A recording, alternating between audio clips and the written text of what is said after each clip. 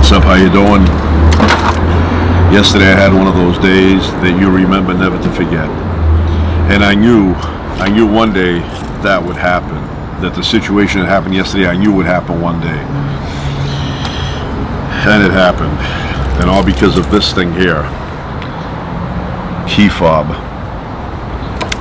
So anyway, got up in the morning, get the kids up, made breakfast for them, made lunch for them for later on. My wife and I both got in the car with our kids, hit the button for the car to start. It started. We dropped them off at school, dropped my wife off at work, and then I said, beautiful day, think I'll go for a little hike. I went to Devil's Punch Bowl. I never shut the car off, had full tank of gas. I ended up going up there, and when I arrived, I had realized at the time, reading what I read on the gate, that I wasted my time going there. Big sign in the front said that we are closed, sorry for the inconvenience. So I said, that sucks. Anyway, I drove in because the gate was open to make a U-turn, and while I was in there, one of the people working there started to approach my car, and he was ready to say to me, we're closed, but I beat him to the punch. And I said to him, you closed? He goes, yeah. I go, when are you opening again? He said, April. So I said, all right, well, what choice do I have? I'm going to just park and run in there.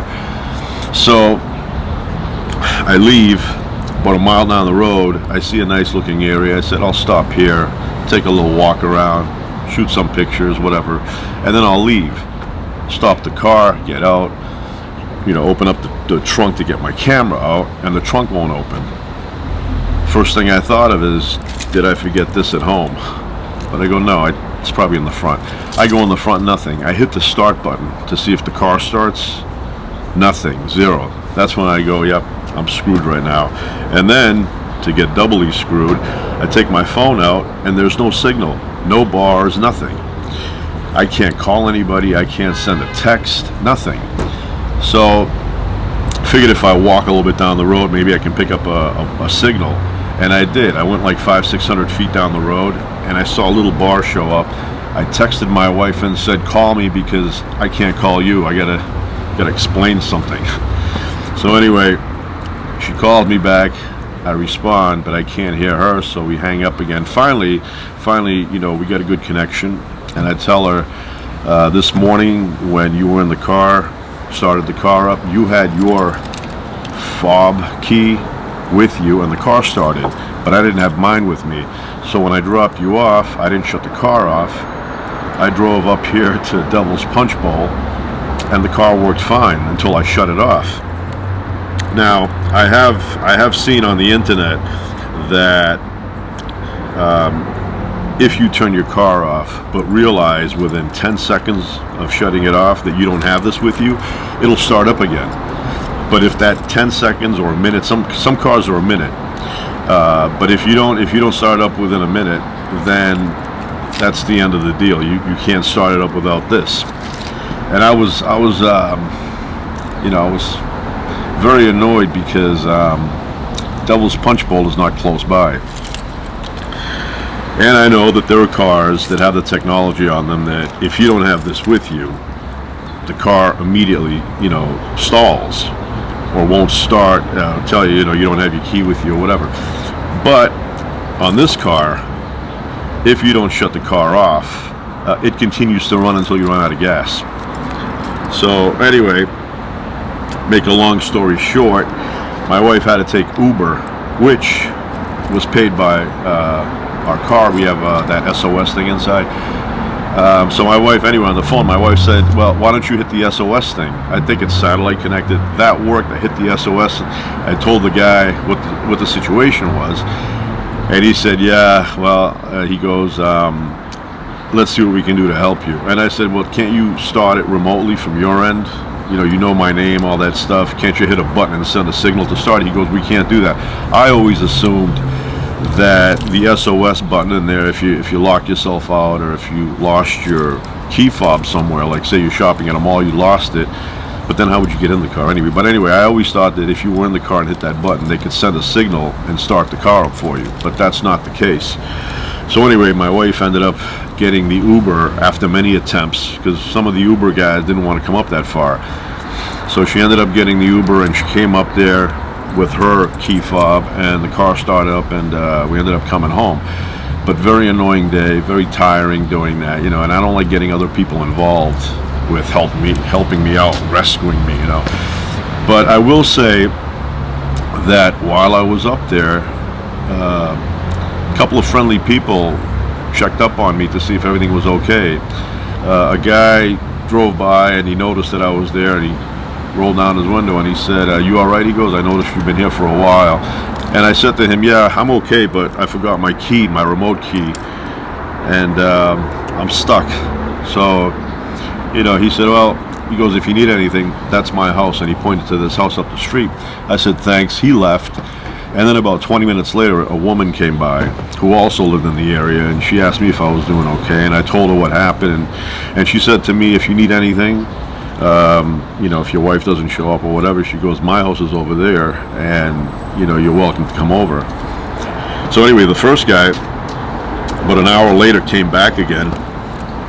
And he asked me if I was doing okay. And I said, "No, we're still waiting. I'm still waiting for my wife to get here." And he said to me, "Why don't you come over to my house and wait? I have coffee, and I even have a phone." He said, "A landline."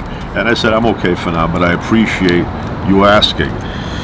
So anyway, she finally got there. But this thing, very annoying. And I knew one day that it would cause me a big headache.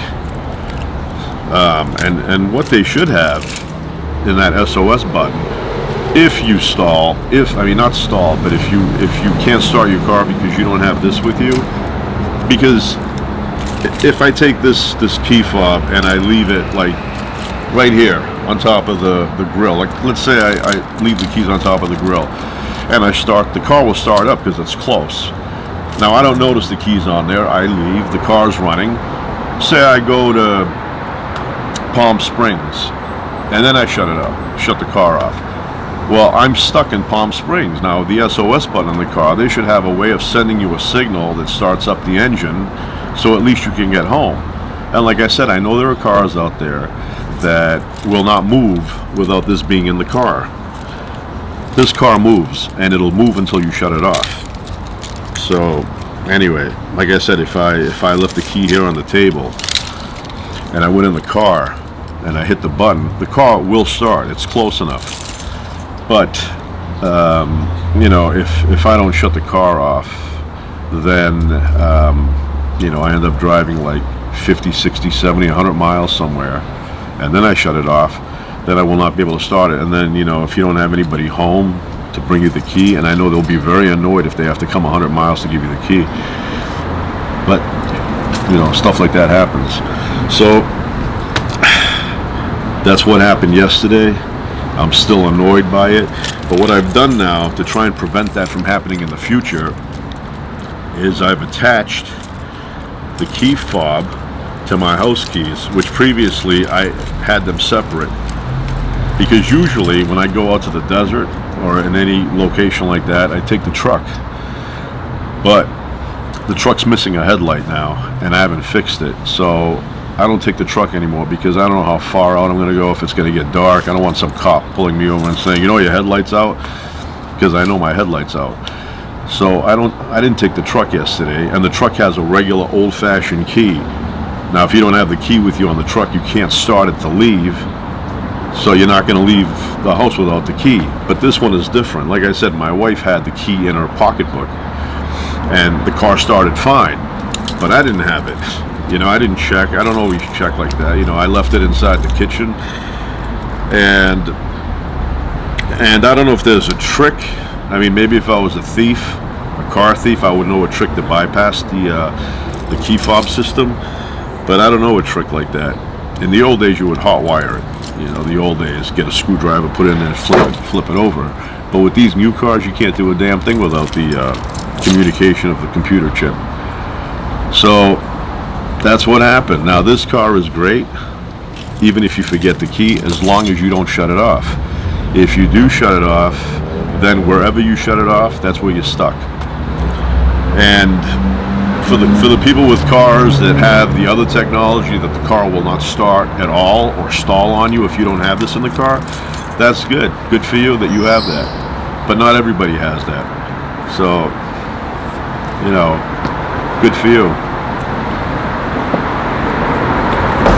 But I guarantee you now with this system here I have, I will not forget this.